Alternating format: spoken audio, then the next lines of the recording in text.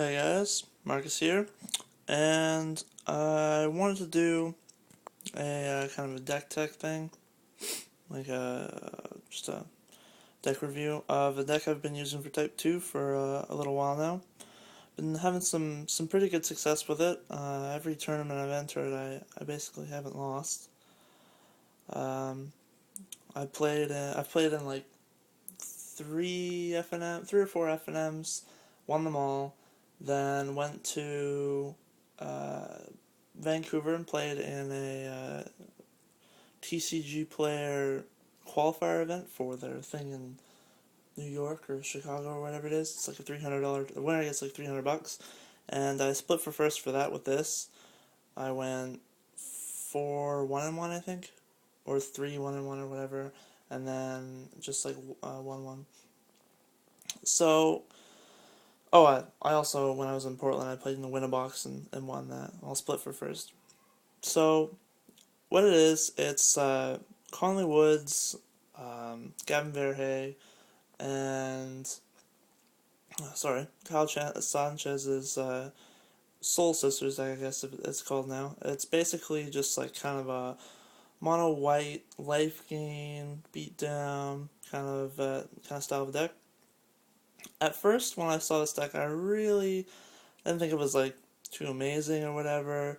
But after playing it a bunch and like understanding it a bit more, it's really solid. It's really focused on what it's doing, and it's really good. I like it found. I'm just gonna go over the cards on the deck quickly. So we have 4 Soul Warden and 4 Soul's Attendant. These are like kind of the basis of the deck. It's like whenever another creature comes into play, you gain 1 life.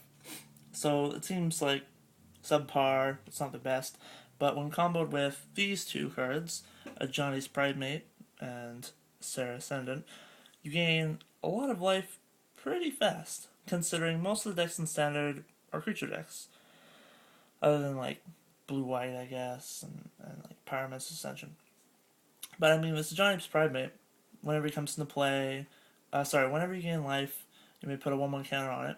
That happens a lot, especially if you have 1 or 2 of these out. So this guy becomes really big, really fast. And Sarah Ascendant is whenever you have 30 or more life, it gains +5/+5 flying, and it's 1 mana, 1/1 lifelink. So here's an example of something. I mean, you play turn 1 Soul Warden, turn 2 a Johnny's Pridemate to 3/3.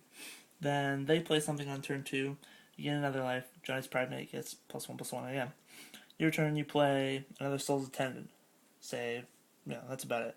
You get another life, gets a counter, your opponent plays something, you gain 2 life, he gains 2 counters. I mean, he's already like a 6/6/7/7, and it's turn 3.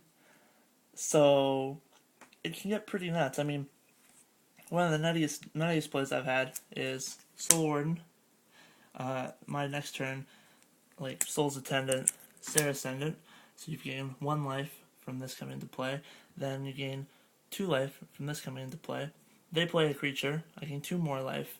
My turn, I play Kabir Crossroads, another Soul Warden, attack. I mean, that's 1, 2, 3, 4, 5, 6, 7, 8, 9, and you're attacking with Sarah Ascendant. It's already online.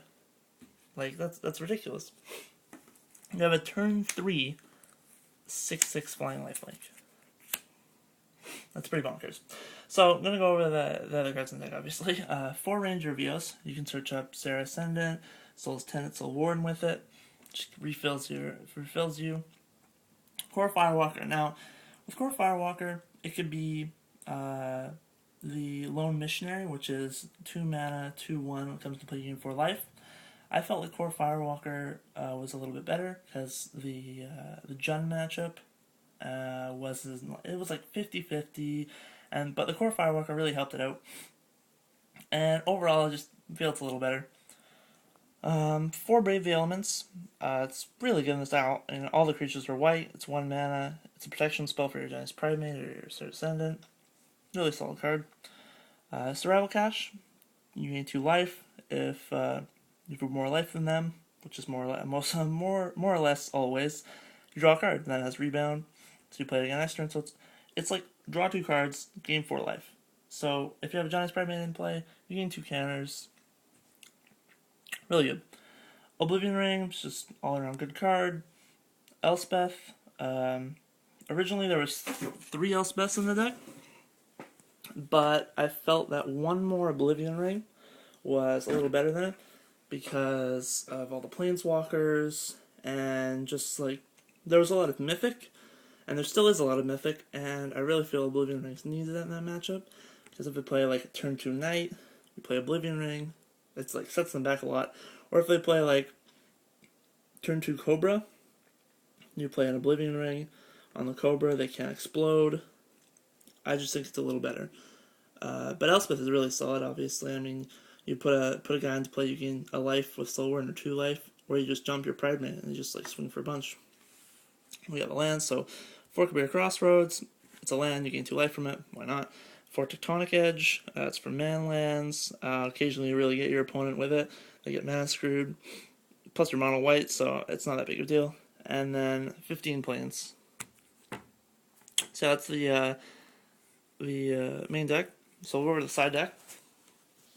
We have 3 Celestial Purge for Jund, mono red, Pyromancer's Ascension, 3 Lumeric Ascension. This is for a bunch of decks actually. Blue white, Pyromancer's Ascension. You can bring it in against. It's like not the best, but I mean, there's a couple cards in here that aren't the greatest in this matchup. So Lumeric Ascension is a little better. But yeah, all the control decks basically, like against Valkyrie, it's not too bad. It's like so, but it's better than some cards. It's pretty solid. Like against blue white, if you have this turn 2, it's pretty tough for them to come back unless they have the Oblivion Ring. Path, it's for all the creature decks, Mythic, Naya, stuff like that. Just like decks that play a bunch of fatties. I mean, like I've been playing mono green aggro a bunch. I started out mono green aggro, mono green ramp, and it's not too bad against them. Linvala, this should probably be at 3, but I haven't been playing too much Naya, so I don't know. I probably should pump it up to 3 though. Linvala is really good right now in this format. I mean, it shuts down Mythic, shuts down like Naya. It really helps against Spark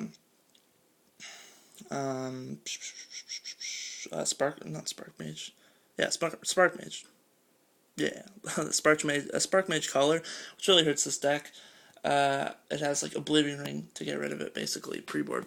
So that guy's really good. 1 Sun Titan, it's basically against control. It hasn't really been like doing very much. You rarely see it, and then like when you see it, I mean it's good, but it's not like outrageous. So I'll probably cut it for the 3rd Linvala or something. It's okay though. War Priest of Thune, it's good for blue-white, Pyromancer's Ascension obviously, and it's not too bad against Mythic.